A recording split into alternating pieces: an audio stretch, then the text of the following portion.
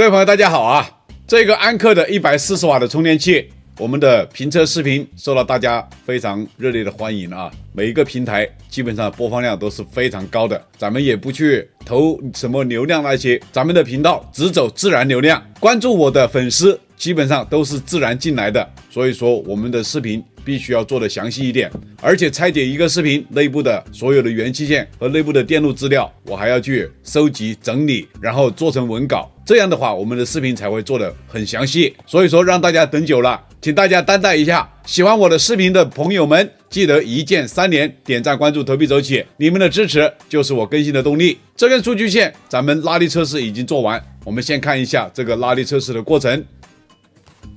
上一次安克 Primer 那根线拉力可以到90多公斤，但是这一根线的话拉力会有多大呢？我们来试一下。我们现在就是来第一次拉力测试，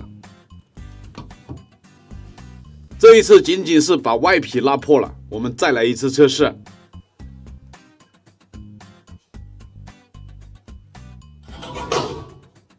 从这一次测试我们可以看到它的断裂时的最大公斤数是97公斤，这个线的做工也是非常不错的。我们再来一次，这一次还是没有拉断，只是把外皮拉破了，70多公斤的力它还是没有断。再来一次测试，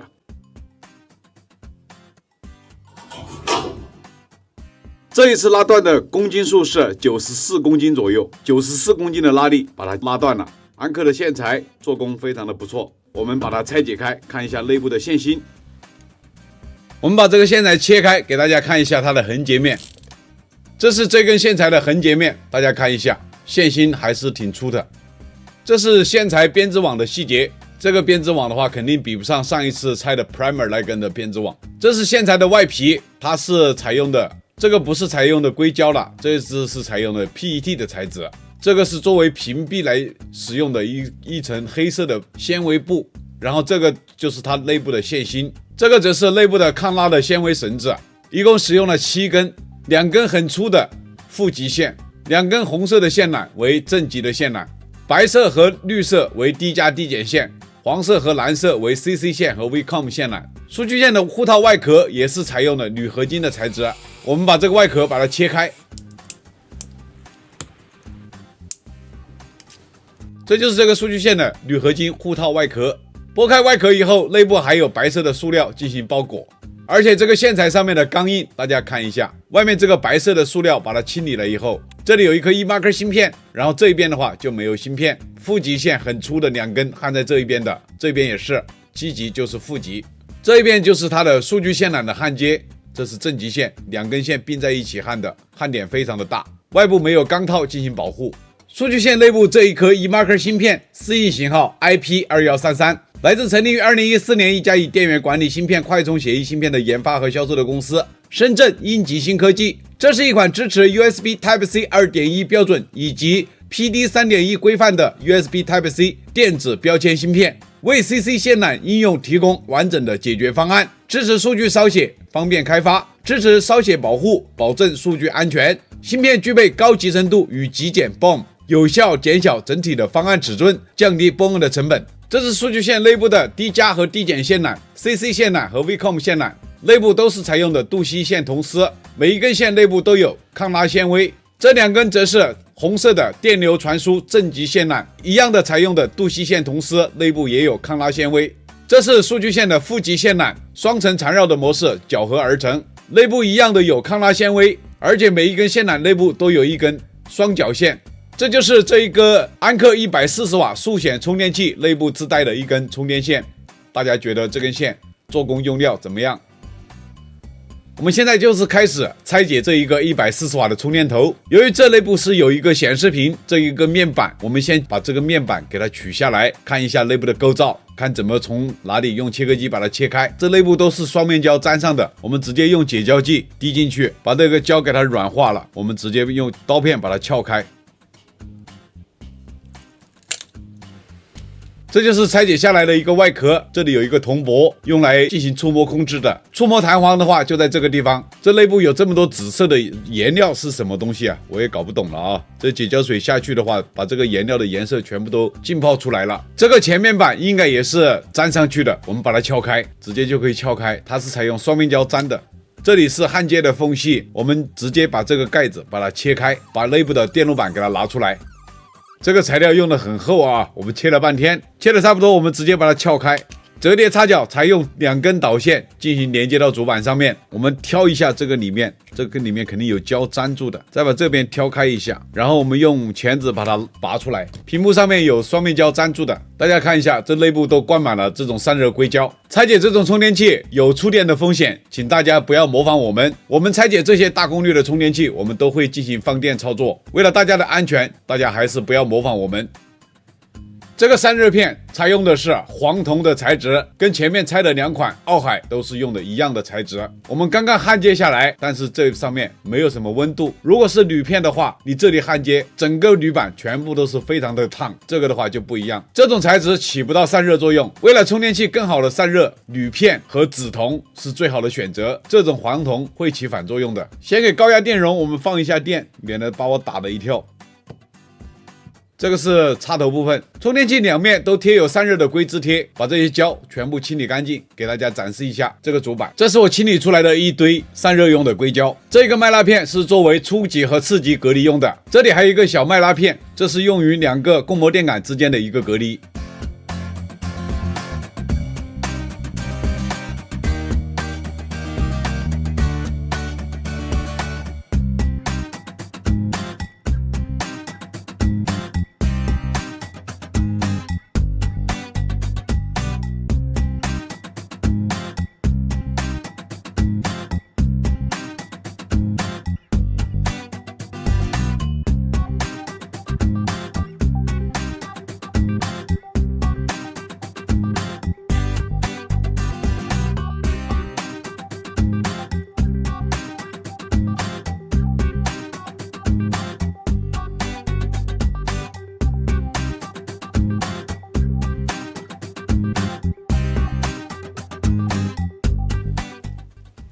这就是咱们拆解开的这个安科140瓦速显氮化镓充电器内部所有的元器件。充电器的主板框架就是这个样子的，元器件我全部都拿出来了，这是它的框架。它的主板由6片 PCB 构成，分别是初级的 EMI 部分有2片小板来安装部分元件，开关电源部分的话就是1片大主板，还有1片小主板，这一片是显示部分的一个 PCB， 最后这一块就是次级输出的 PCB 板子。整个充电器的电路架构为 PFC 功率因素校正电路加 AHB 非对称半桥拓扑架构，再加次级同步整流，加这个主控 MSU 芯片，监测3颗协议芯片，控制3路升降压电路4口电流输出的模式。我现在就是从220伏输入端到次级的电流输出端来介绍一下这个充电器内部的电路及元器件使用的情况。220伏插头部分为不吸磁的铜质材料，内部的簧片为增强电流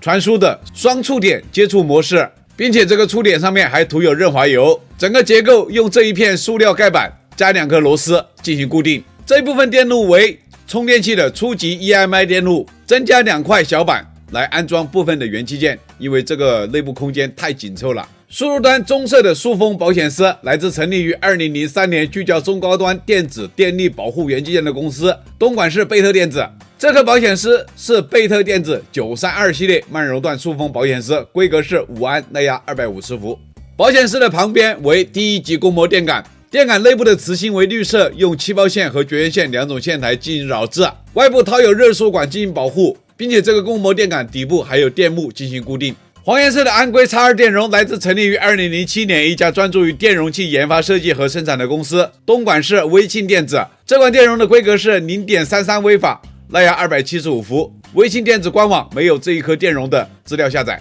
这一个大的供膜电感就是充电器的第2级供膜电感，内部磁芯也是绿色，用气泡线的同时进行分组扰制，外部有热缩管保护，底部有电幕进行固定。2颗贴片整流桥，思翼型号YBSM8010，来自成立于2000年一家国内少数集半导体分立器件芯片设计、制造、封装、测试、销售与服务的厂商——扬州的扬杰电子。整流桥的规格是8安耐压1000伏，2颗整流桥并联使用，均坍塌的发热。2颗棕色的薄膜电容安装在这一个小板上面。厂家来自成立于2003年隶属香港速溶集团的深圳速溶电容器。这2个电容属于速溶电容 CBB21 系列金属化聚丙烯膜电容器，规格是1微法，耐压450伏。这个小板上面除了安装2颗薄膜电容外，还有1颗滤波电杆安装在上面。电杆采用气泡线的铜丝进行绕制，内部的磁芯为黑色，底部一样的有电幕进行固定。220伏交流电经过整流滤波进入这一部分电路，为充电器的 PFC 功率因素校正电路。这一颗适应 RS3MBF 的 PFC 旁路保护快恢复二极管，防止电感质感产生的反向电流，用来保护整个电路的可靠性。充电器的 PFC 升压控制芯片思翼型号 JW1572 来自成立于2013年一家以虚拟 IDM 为主要经营模式的模拟集成电路设计企业——杭州捷华特微电子。这是一款升压式 PFC 控制器，具备高精度恒压输出，适用于单极功率因素校正。芯片采用恒定导通时间控制，确保高功率因素，具备临界导通模式，降低开关损耗，提升 EMI 效能及效率，拥有完善的保护功能。充电器的 PFC 升压开关管适应型号 70D140C 来自成立于2015年一家致力于第3代半导体硅基氮化镓及外延器件研发制造的企业——深圳英诺赛科。这是一颗增强型功率晶体管，具有极高的开关频率和零反向恢复电荷，规格是耐压700伏，内部的导阻140毫欧。开关管的旁边是2颗 PFC 升压整流二极管，思翼型号 PBMUR5J1，来自成立于2007年以功率半导体器件为产业基础的重庆平伟电子。2颗快恢复整流桥的规格是5安耐压600伏，2颗并联使用，提升整流效率。用于 PFC 升压后滤波的高压滤波电解电容一共用了5颗，厂家来自成立于1984年以研发、销售、制造铝电解电容为核心的企业——香港的东家电子。5颗电容的总容量为128微法，耐压都是420伏，都是属于东家的 KRM 系列耐高温电解电容。另外还有1颗 AHB 主控芯片的供电电容，也是东家电子的产品，规格是22微法，耐压50伏，属于东家电子 KLH 系列高频低阻耐高温电解电容。这个是充电器的 PFC 电感，这个 ATK24 磁芯的型号，这个220微亨就是这个电感的电感量。外部缠有耐高温的绝缘胶带进行保护，电流经过 PFC 功率因素校正电路的升压后，进入这一部分电路，为充电器的 AHB 不对称半桥拓扑电路。这一部分电路，这里还有一部分电路。充电器的 AHB 主控芯片适应型号 JW1556C， 跟充电器的 PFC 主控芯片一样，也是来自杭州的捷华特微电子。这是一款非对称半桥反击式控制器芯片，输入电压范围 2.5 至38伏，最高工作频率达 1.5兆赫兹，具备重负载和轻负载2种工作模式，可提供主电源开关和辅助开关2路输出控制，外围简洁，设计简单，具备完善的多重保护措施，提高电源系统的可靠性。AHB 不对称半桥开关管同样是采用的捷华特微电子的氮化镓器件，适应型号 1568K， 这是一颗氮化镓半桥芯片，内部集成了一个3级驱动器和2个增强型氮化镓开关管。内部氮化镓开关管的规格是耐压650伏，导阻220毫欧。AHB 不对称半桥电路的谐振电容1颗，这个电容的规格是 0.27 微法，耐压250伏，厂家未知。这一个就是充电器的主变压器，同样的这个 ATQ27， 这个是变压器内部磁芯的型号。这5个角位为初级的电压感应端，这2个角位就是次级的电流输出端，用来抑制电磁干扰和供膜噪声，确保电源设备的电磁兼容性和安全性的贴片安硅 Y 电容2颗。厂家来自成立于2014年，专注于被动元器件生产及销售的公司——四川的特瑞祥科技。1颗适应型号为 Y1471K， 规格是470匹法，耐压400伏。另外1颗的适应型号是 Y1102M， 规格是1000匹法，耐压400伏，用来提供电气隔离控制信号、抑制噪声及提高系统的抗干扰能力的光电耦合器2颗。适应型号都是 1009X， 厂家来自成立于1975年一家全球领先的光电元器件制造商台湾的光宝集团，属于光宝科技 LTV 10XX 系列光电耦合器。这个大 PCB 这一部分的电路和这个小 PCB 这一部分电路为充电器的次级同步整流输出电路，两颗次级同步整流 NMOS 开关管，适应型号 SFS12R05GN， 来自成立于2008年一家技术驱动型的半导体技术公司，苏州的东威半导体。这是一颗耐压120伏、内部导阻6毫欧的 NMOS 开关管。这一颗六角芯片就是次级同步整流控制器芯片，适应型号 IBUJR， 来自成立于1997年一家全球领先的智能电源管理解决方案提供商美国的新源半导体，简称 MPS。这是一款采用倒装芯片组装技术的副边同步整流驱动器，支持 DCM、CCM、QR、JVS 有源前位反击和混合反击拓扑的开关电源，芯片无需辅助绕组供电即可实现高边或者低边整流。这个充电器的次级输出滤波固态电容一共用了6颗，它们的耐压值都是35伏。电容的总容量达到1840微法，有点夸张，但是这样的好处就是对于纹波的抑制是非常有效的。这6颗电容的厂家都是来自成立于2011年一家专注于固态铝电容器研发、生产、制造、销售的企业——深圳的百瑞凯电子。看这个电容上面的系列编号是 SV 系列，百瑞凯的官网是没有查找到这颗电容的资料，应该是百瑞凯最新推出的新款的固态电容。另外，这个小 PCB 这里还有一排5颗片式堆积陶瓷 MLCC 电容，并连在次级输出滤波的电路中进行滤波。充电器的主控 MCU 芯片和充电器的显示屏在同一块 PCB 上面，我们一起来看一看它的电路情况。这一块显示 PCB 的背面，一颗适应 KW05N06 的开关管，按照适应的规格，应该是一颗5安耐压60伏的开关管。配合显示屏下面一颗适应 8DL-RG 的 LDO 稳压芯片，输出 3.3 伏的电压给这一颗主控的 MCU 芯片进行供电。这一颗主控 MCU 芯片适应型号 ES32VF2264LQ， 来自成立于2000年一家专注芯片设计20多年的公司——上海的东软载波微电子。这是一颗采用 RISC-V内核和先进的系统架构的高性价比、高可靠性且外设功能丰富的32位微控制器，芯片指令吞吐量和运算能力接近 Cortex-M3， 芯片增加了内部关键电路的冗余备份设计，有利于客户应用系统的可靠性设计，大幅降低终端应用的失效率，有效提升终端用户的体验感。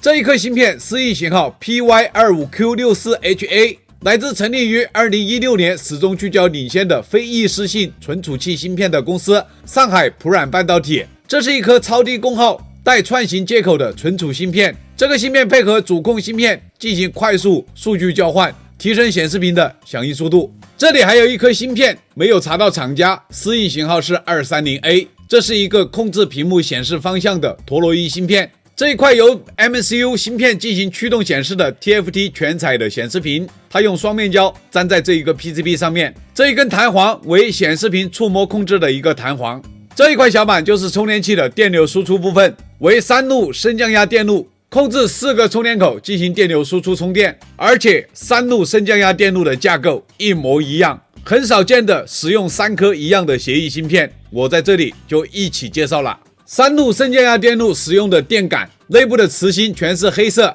，2个大功率的为大电感，这一个是 C3 口和 USB-A 口的一个小电感，全部采用气泡线的铜丝进行扰制，底部都有电幕进行固定。3路升降压电路的 NMOS 开关管各使用2颗组成半桥的拓扑电路，这个是 C1 口、C2 口，然后这2颗为 C3 口和 USB-A 口。6颗 NMOS 开关管的适应型号全部都是 VS4620GE， 来自成立于2012年始终聚焦功率器件研发与应用的技术公司——深圳的微兆半导体。这6个 NMOS 开关管的规格是耐压40伏，内部的导阻 6.4 毫欧。3路升降压电路的升降压及 USB 协议控制芯片，3路芯片都是一样的，它们的适应型号全部都是 SW3566H。来自成立于2014年一家专注于电源管理芯片领域的数模混合芯片设计企业珠海的智荣科技。这是一款高集成度的多快充协议双口充电 SoC 芯片，内部集成了高效率同步升降压转换器，支持快充协议定制，最大支持140瓦输出功率，输出电流、线存补偿等保护阀值均可以通过 I2C 进行设定。内置的 ADC 可实现输入输出电压、输出电流、芯片温度等9个通道的数据采集，具备全面的保护功能，确保整个系统安全可靠。3路升降压电路的输出滤波固态电容，大功率充电口2颗，上面都套有这种硅胶的保护套。2个大充电口的规格是220微法，蓝牙35伏；小充电口则是220微法，蓝牙25伏。3颗固态电容都是来自深圳百瑞凯的 VS 系列新品固态电容。3路升降压电路，4个充电口的输出 V-Bus 开关管，这个是 Type-C 1口、Type-C 2口、Type-C 3口和 USB-A 口，一共4颗。4亿型号全部都是 VS4620GE， 厂家也是来自微兆半导体，规格跟前面半桥拓扑的 NMOS 开关管也是一模一样的。这里有一颗003的贴片电阻，这里也有一颗，这里也有一颗，然后这边还有一颗，一共4颗，为4个充电口的电流采样电阻。视频到这里，老粉应该发现了，这一个充电器的主开关电源的架构，还有次级同步整流的输出电路，跟我们前面拆解的这一款奥海140瓦的青春版的充电器的架构几乎是一模一样的。不一样的是，这次的电解电容全部换成了东家电子的，还有这一次这一个充电器的输出控制全部采用的智荣的 3566H 来控制，多了一个 MCU 监测内部温度和功率的一个显示电路。充电器为奥海设计的，上次我们说了用黄铜散热片，温度高的问题在这个安克上面再次出现，这也是见怪不怪的事情了啊。这是充电器的4个 USB 连接器，3个 Type-C 口，一个 USB-A 口，内部的舌片全部都是蓝色，做工细节光滑细腻，没有毛刺。充电器的主壳体用料非常的厚实，而且这上面贴有石墨烯的散热贴。充电器的前盖壳体和主壳体上面都没有看到有 PC 阻燃材料的标识，我们后面做燃烧测试。这个安克140瓦氮化镓速显套装充电器我们全部都拆完了，经过我们的测试和拆解，测试部分除了大功率温度过高的问题，其他数据表现是非常不错的。这次拆解我们也可以看到，内部的用料虽然谈不上豪华，除了次级同步整流芯片以外，全部采用的是国产的元器件，堆出这个颜值极高的充电器也是很不错的了。我觉得要是把高功率输出的温度控制下来，这个充电器是非常值得大家购买的。如果厂家不把温度控制降下来，我只建议这个充电器手机和平板用用就可以了。喜欢我的视频的老铁们，记得点赞、关注、订阅走起，你们的支持就是我这个频道更新的动力。谢谢大家观看，咱们下期视频再见。